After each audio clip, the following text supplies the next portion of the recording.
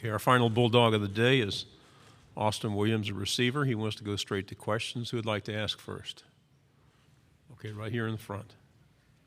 Dick Cox, Lindy Sports, Cox Sports Broadcasting. Can you talk about what it is to be a receiver in a Mike Leach passing game offense? That was awesome. I mean, the second I heard he was coming, it's kind of a blessing, you know. I mean, air raid, you hear all about it, throwing 60 times a game. There's really not much you can ask for. You can air it out, everybody gets touches. On your left, back row. Dan Peck, ESPN 106.7 in Auburn. The come-from-behind victory at Jordan-Hare Stadium last year was a pretty memorable one for you guys. I know it was memorable for the folks in Auburn as well. Your memories of being able to dig out of that hole, and both your teammates and Mike Leach talked about how the coaching staff stayed very confident throughout that game, even as Auburn took an early lead. Your memories of that game. Yeah, I mean, you know, it doesn't start out ideal when it's 28-3, kind of looking at each other like, all right, here we go. But it was great to see our team, kind of the confidence, morale, and nothing wavered. There's always a belief there. 'Cause, I mean, you can't get out of a hole like that if anybody's, you know, half in. You got to be fully committed, all in. There wasn't a doubt. You know, we go in at halftime, I think it was 28-10 at that point. And just kind of like, look each other in the eye, like, all right, we're going to do it, make it happen, and just kind of go out and believe and execute. To your right, third row. Tyler Shaw with KBTX and College Station. Kind of going off that, but just with another game. You know, when you guys were the underdogs and beat A&M at Kyle Field last year, what kind of were your memories from that game, and how much are you looking forward to playing them again in Starkville? Oh, yeah. It's always such a really cool environment. You know, the fans, they got that place rocking. I don't know how much, 100,000, however much it holds. It was very memorable. Coming out of halftime, just kind of like, you know, 2 quarters left, got to finish this thing, kind of play-by-play, drive-by-drive. They're, you know, really talented, athletic team. It was just cool to kind of see us come together once again, have that belief, have that commitment, you know, finish it. To your right, fourth row. Justin Woodard, KXTV, College Station. Your quarterback really emerged last year, Will. 36 touchdowns, all the yards he had, getting a lot of preseason love already. Just what do you expect from number 2 again this year? Will is definitely one of the hardest workers in the building. What I loved seeing this offseason, a bunch of film study. He's really trying to become a student of the game. I mean, you know, he's pulling up Texas Tech film from Coach Leach, whatever it may be. He's trying to find any edge he can get, and I love how he does that. He leads from the front. I hope we continue to make the bounds. Our whole offense continue to make bounds. You know, that's our improvement from 2 years ago to last year. You know, we can just build on that. Just kind of everybody get on the same page. Got a lot more reps on our belt. You know, got a lot of experience coming back. To your left in the back row. I'm friends with Ra-Ra's high school coach, so I need to ask about not just what Ra-Ra brings, but some of the other receivers in that room and what they do so well for this team. Yeah, specifically Ra-Ra. I mean, coming in as a freshman, you know, really just like a deep ball threat right off the bat. His ball skills are really, really good. He's just natural with it in his hands.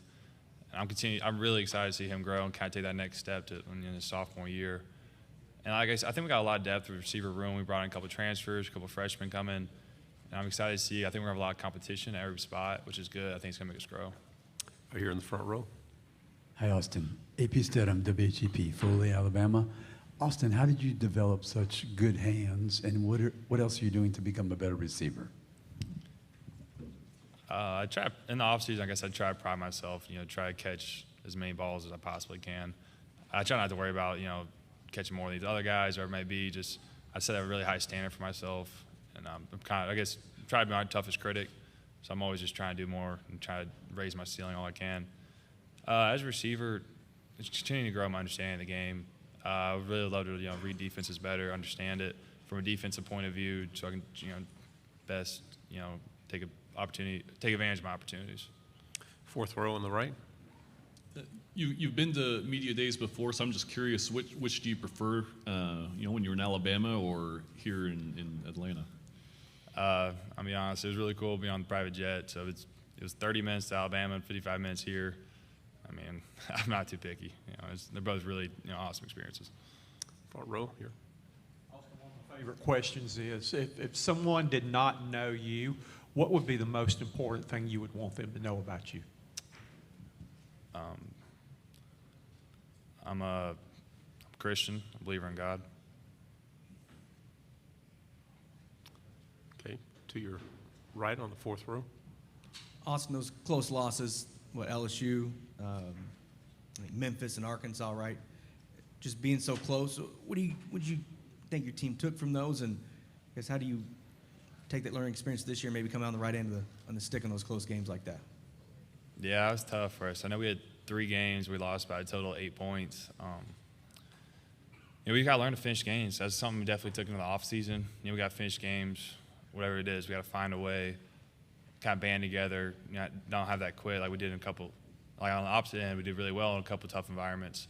Those are just ones you can't let slip. You got opportunities, you got to make the most of them. We got to have guys step up and just gotta continue to come together and have that belief. We'll go back to the third row here on the right. Maybe something, what's happened this off season, or what gives you confidence you guys have improved and you'll have a better 2022 season? I really like who we got in the locker room, honestly. I like the guys we got. I feel like everybody's on the same page, kind of banding together. There's not a lot of guys taken away from our goal, or if any. I feel like everybody's on the same mission, same path. That's important. Everybody's gonna be pulling in the same direction, right? We don't got a lot of guys pulling apart. And I think that's me really well. I just liked what we've done this offseason. I think we're really working hard, competing. What are the biggest challenges to competing in the SEC West? I mean, it's toughest, division of football without a doubt. But that's why we come here. It's awesome. I mean, everybody wants the opportunity to play on the biggest stage, and you're playing against NFL players, every week, regardless of what you're doing. And that's an awesome opportunity. You got a chance to go out there and perform, showcase your abilities, and it's more of like an opportunity than a challenge.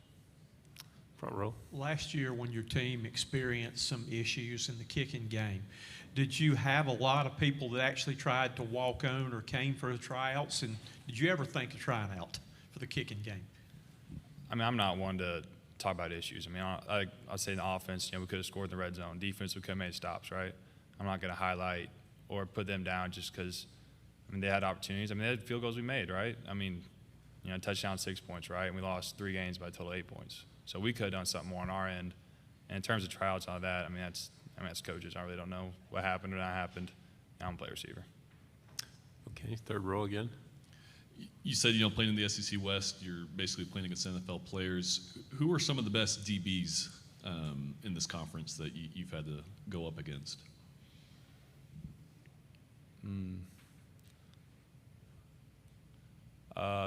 Last year at Auburn, Smoke Monday, a couple of those guys really talented.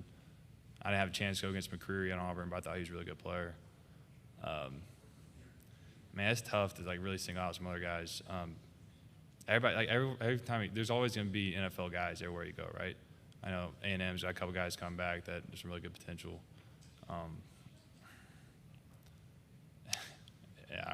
can't really single them out. There's a bunch of guys. To your left, back row. As the one offensive player selected to represent Mississippi State, you're sort of representing that entire side of the ball. Is there anyone who's had a really impressive offseason that you think deserves some recognition?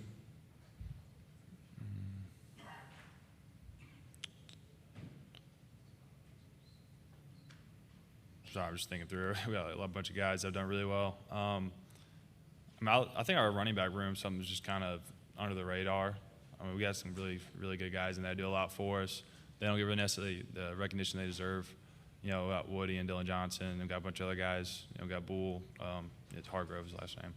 And I think that's a group that's really worked hard. They make leaps and bounds. They're always, they're always leading from the front. We have time for a final question. Is there anything else? All right, Austin, thank you very much. Appreciate it.